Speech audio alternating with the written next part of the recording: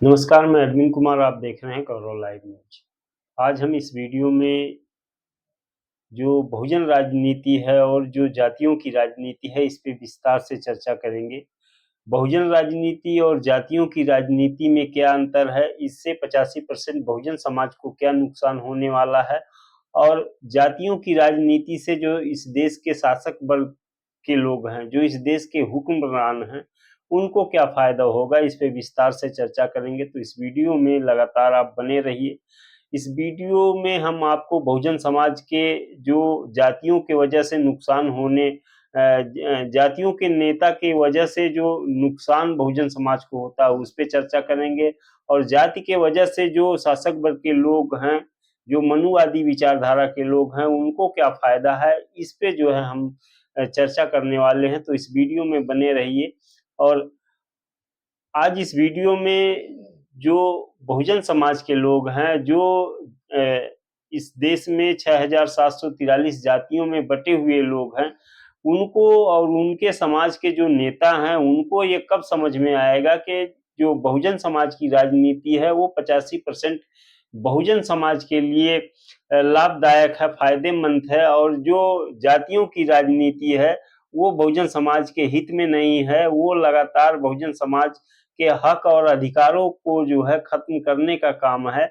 और जाति की राजनीति की वजह से इस देश के जो हुक्मरान हैं, वो लगातार बहुजन समाज के का जो हक अधिकार है, उस पर कुठाराघात कर रहे हैं। उनके हक और अधिकार को लगातार खत्म किया जा रहा है। लेकिन जो बहुजन समाज के नेता हैं, जो अपने आप को जातियों का नेता मानते हैं, जो अपने आप को schedule caste, schedule tribe, OBC, minority के नेता मानते हैं, उन नेताओं के वजह से इस देश के जो बहुजन समाज 85% बहुजन समाज के लोग हैं, उनको कहां कहां नुकसान हो रहा है, इस पे हम विस्तार से चर्चा करेंगे। क्योंकि जब हम जो है इतिहास को नहीं जानेंगे और जो शासक वर्ग के लोग हैं, इनके दावपेच को नहीं जब तक हम समझेंगे, तब तक बहुजन समाज का लगातार नुकसान ही होगा। क्योंकि सदियों से जिस वर्ग को शासक वर्ग के लोग जो लोगों ने जो है सताया है और उनका जो है शोषण किया है, वो नहीं चाहते हैं कि इस देश के जो बहुजन समाज के लोग हैं, जो इस देश के कभी हुक्मरान हुआ करते थे, वो जो है उनकी बराबरी करें, यानी सवर्ण वर्ग की जो है बराबरी कर सकें। और जो मनुवादी विचारधारा के लोग हैं, वो लगातार बहुजन समाज में जो है जातियों का आग लगाते रहते हैं, और जातियों का नेता समय समय पर वो पैदा करते हैं, जिससे बहुजन समाज के लोग जो है जातियों में बटकर रह जाएं, कभी भी बहुजन समाज एक ना होने पाए। इस पे लगातार आरएसएस और बीजेपी और तमाम जो शासक वर्ग के अन्य पार्टियां हैं, वो लगातार दिन रात काम करती हैं। हमको दिखाने में तो वो ऐसा दिखाती हैं कि जो है वो आपस में लड़ रही हैं, पक्ष विपक्ष लड़ रही हैं, लेकिन वास्तव में अगर देखा जाए तो जो शासक वर्ग की पार्टियां हैं, वो कहीं ना कहीं जो है उनका जो है अंडरस्टैंडिंग बना रहता है, उनका जो है म्यूचुअल अंडरस्टैंडिंग बना रहता है, जिससे वो अपने लोगों को देश के साधन संसाधन में वो लगातार भरते जा रहे हैं, और इस देश के साधन संसाधन पे लगातार जो शासक वर्ग के लोग हैं, वो कब्जा जमाते जा रहे हैं। चाहे वो आदिवासियों का क्षेत्र हो या बहुजन समाज का जो संवैधानिक हक अधिकार है, उस पे लगातार कुठाराघात कर रहे हैं। अभी हाल ही में जो सुप्रीम कोर्ट के जज ने बयान दिया और ये फैसला किया कि इस देश में एससी एसटी का जो रिजर्वेशन है, इसमें कोटे के अंदर कोटा लाया जाए।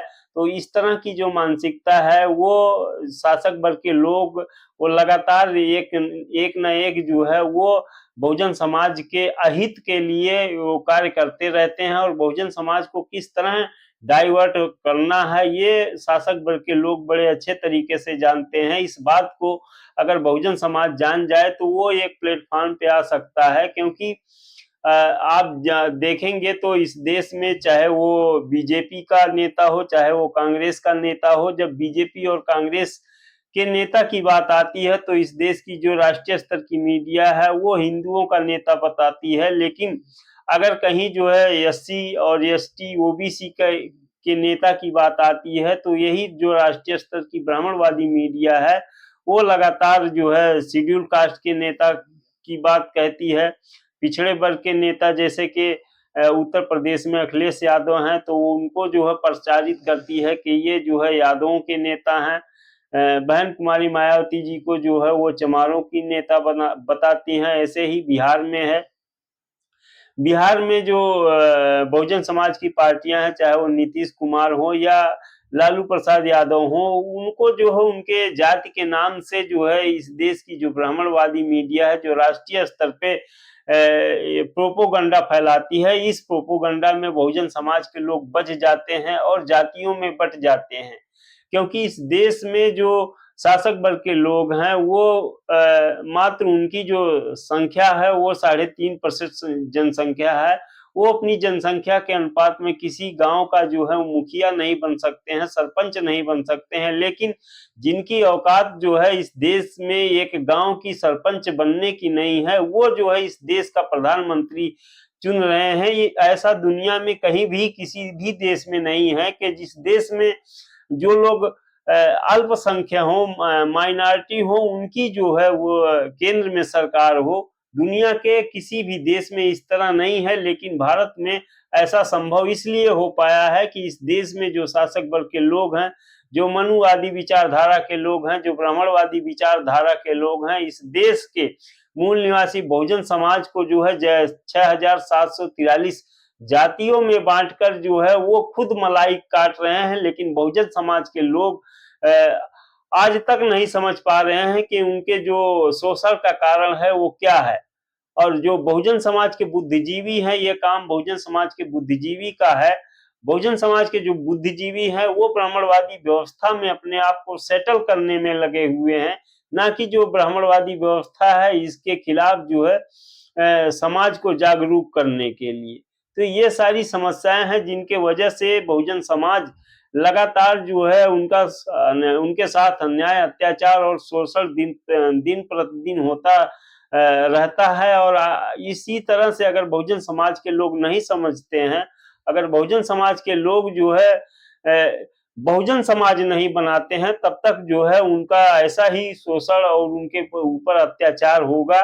और लगातार जो है इस पूरे देश में इस तरह से बहुजन समाज के लोगों को सताया जाता है, उनके साथ अन्याय अत्याचार होता है, उनके समान सारी समस्याएं जो है वो सिर्फ और सिर्फ इस देश के बहुजन समाज के लोगों के ऊपर होता है। क्योंकि बहुजन समाज के लोग जातियों में बटे हुए हैं और जब तक बहुजन समाज के लोग जातियों में बटे रहेंगे, जब तक वो बहुजन समाज के लोग बहुजन समाज नहीं बनाएंगे, तब तक वो उनके साथ ऐसे ही अन्याय अत्याचार होता रहेगा। और बहुजन समाज से जो नेता है, चाहे वो शेड्यूल कास्ट, शेड्यूल ट्राइब के नेता हो, जब तक वो जो है एक प्लेटफॉर्म पे अपने आप को नहीं लाएंगे, बहुजन समाज को गाइड नहीं करेंगे, बहुजन समाज को जो है एक होने का हिदायत नहीं देंगे और उनको जो है खुद बहुजन समाज को इकट्ठा करने के लिए उनको जितने भी बहुजन समाज के जो नेता देश भर में हैं,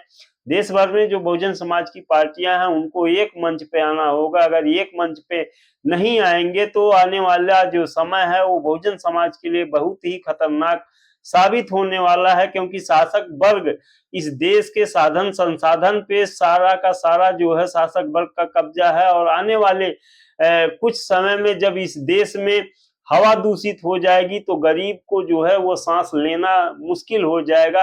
अभी तो जो है इस देश में सिर्फ पानी दूषित हुआ है, पीने लायक पानी जो है कई शहरों में नहीं बचा है कि जो जमीन से पानी निकलता है उसको पिया जाए, वो जहरीला हो चुका है। अगर ऐसा ही बना रहा तो आने वाले 15 से 20 सालों में जब इस देश में जो है जो हवा है वो जहरीला हो जाएगा तो जो गरीब वर्ग के लोग हैं, जो बहुजन समाज के लोग हैं, उनका जीना मुश्किल हो जाएगा। क्योंकि इतना पैसा उनके पास नहीं होगा कि वो अपने लिए ऑक्सीजन खरीद सकें और सांस लें। क्योंकि इस देश में जो शासक वर्ग के लोग हैं वो नहीं चाहते हैं कि बहुजन समाज जो है उनकी बराबरी करे, उनके बराबर में सारी जो चीजें हैं उनके साथ हो।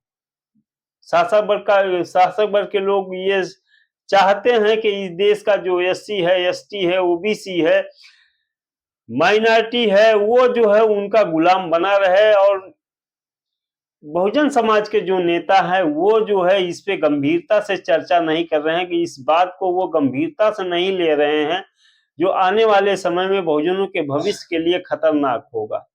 तो इस वीडियो में इतना ही। अगर हमारी वीडियो आपको अच्छी लगी हो तो इस वीडियो को ज्यादा से ज्यादा लाइक, शेयर और सब्सक्राइब करें, और वीडियो में कमेंट जरूर करें, क्योंकि आपके एक कमेंट से जो है हमें साहस मिलता है एक नए प्रोजेक्ट पे काम करने के लिए। वीडियो देखने के लिए धन्यवाद।